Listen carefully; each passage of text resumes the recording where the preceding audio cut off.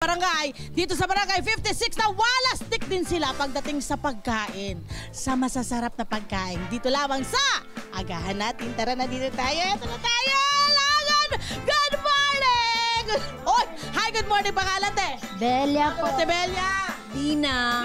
Bina! Bina, kumusta? At syempre, ang talaga namang sikat na sikat si... Aling Nati. Aling Nati, Aling Nati. Diyan muna kayo, girls. Maupo muna kayo, ha. Mukhang malalakas pa naman ang tuhod ninyo. At naka-cutix mo si ate ngayon. Bagong linisan ko. Eto tayo. Halika rito, Ate Nati. Ate Nati, parang nanay natin na to no? Talagang nanay ka na ng kabarangay mo. Opo. Ano gusto kong malaman sa inyo? Paano nyo po natutunan itong business na to? At sino po ang nag-introduce ng business na ito sa inyo? Sa lola ko po. Lola mo pa! So pag ilang henerasyon ka na? Pangatlo? Oo. Ano yung mga naaalala nyong iniluluto ng inyong lola nung panahon na maliliit pa kayo? Yang nagtitinda siyang palabo, lugaw, ginatang, mga ulam. Talagang Pinoy na Pinoy. Ano? Kaya yun din ang sinunan. Opo. Ayan. Kumusta ang pamilya ninyo? Kayo mismo, personally, kayo Aling Nati, yung inyong asawa, mga anak, kumusta? Okay naman po yung mga anak ko. Oo. Asawa ko po wala na. Wala na, naiwan na kayo. Okay.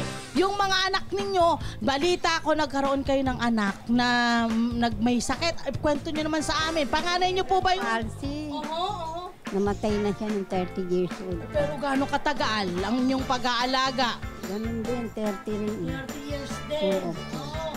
Kumusta ang panahon na yun? Hirap naman po. Oo. Bakit po mahirap? Eh, siyempre, wala naman akong kabuhayan pang ano. Ang nagtatrabaho noon, sino? Ang asawa ko po, pero hindi kami makasurvive dahil konti lang. Correct. Tapos, bukod sa anak po ninyong yon, ilan pa po yung iba nyong anak? Dalawa pa po nandito. Oo. Tapos, paano nag-start yung kasipagan po ninyo na parang kailangan kong tulungan yung asawa ko kasi hindi talaga kakayanin kung siya lamang. Anong ginawa po ninyo? Yun nga po, nagtinda ko kahit papano, konti-konti. Hanggang sa lumaki ng laki. Naging nadagdagan. Ano ho yung inumpisahan yung putahe nung nag-start kayong magtinda? Noong una, almusal. Anong mga almusal yan? Yan, hotdog, giniling, menudo, yung mga ibang ulam na pork steak. Basta lahat na pang almusal. Meron ka. Magkano noon yung nag-start ka? Magkano ang orderan noon? Kasi ngayon iba na. Ang laki ng pinaginawa ng presyo. Nung nag-start ka, magkano lang? Dati mura lang ang mga bilihin. Ngayon, sobra ng mahal. Di ba, laki na. Nag-start ako mga 5,000 lang. Ngayon, hindi na pwedeng 5,000 lang puhunan. Sa puhunan ninyo. Kasi sa dami ng bibilihin. At dahil sa mahal ng bibilihin din.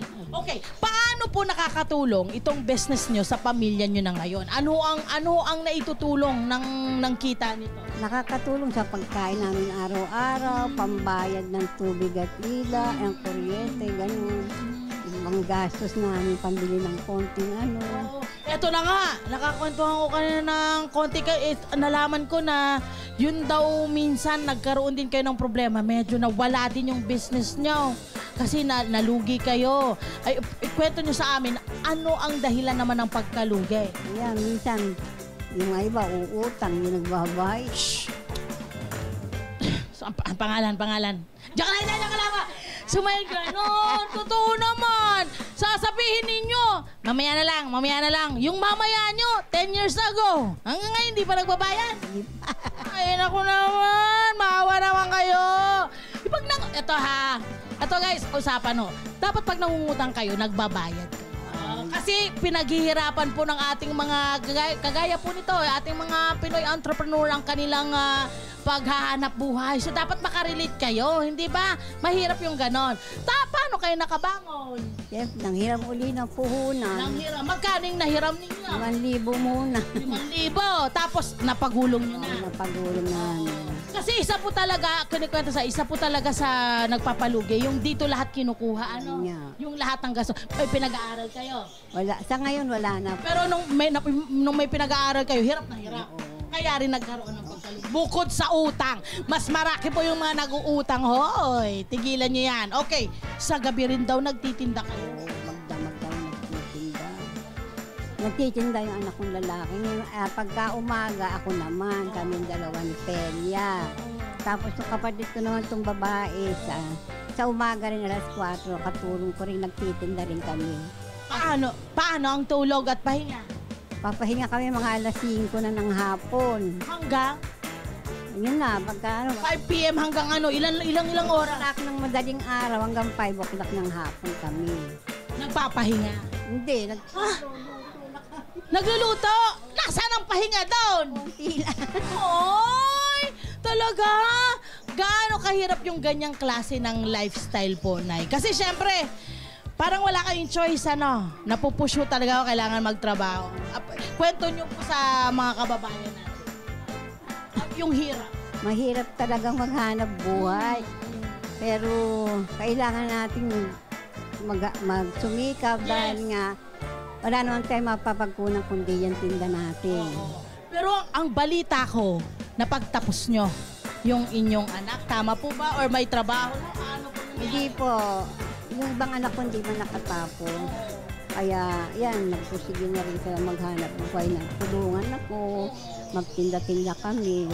Hanggang sa, yan, lumago ng konti. Lumago ng konti. So ngayon na nasa kanya na po kayong edad na 18 years old. Ilang taon na kayo ngayon? 71. 71. Ayan.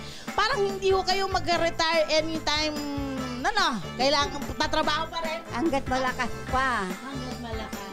Ano ho yung parang naitutulong sa inyo din nitong inyong hanap buhay na yun? Ayan, pambili ng gamot namin. Yan, yung mga damit-damit, siyempre. Ano man yung Kailangan namin. May maintenance na rin. Yung araw. Siyempre, gusto na rin natin ding malaman. Alam niyo naman, pang mga kabarangay natin, ang presyuhan nito.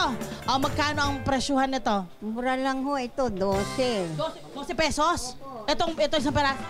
Tapos, 15 pesos. 15. 20. Hotdog. 12. 12. 15. Oh, yun. 20. Masarap yun. Ang ganda. I'm sure marami rin kayo natutulungang mga Pilipino dahil na naghahanap ng mababang Mura.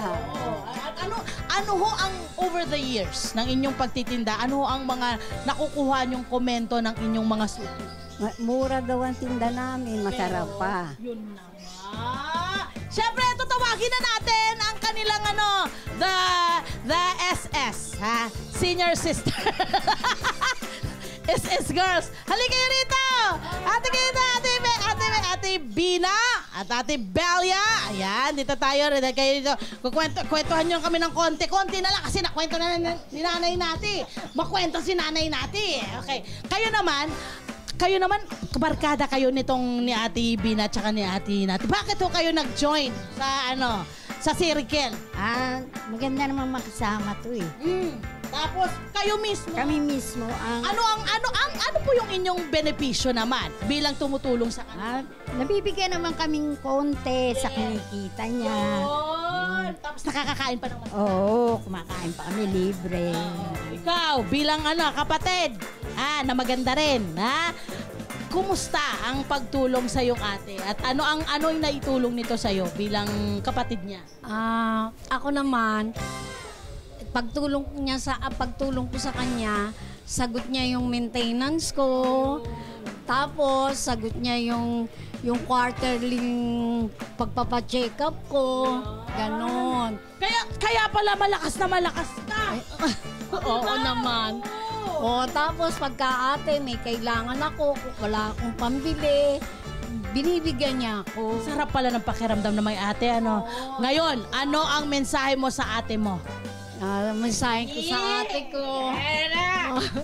Salamat. Sana magtagal pa tayo sa pagtitinda para magtagal pa rin ang pagtulong mo.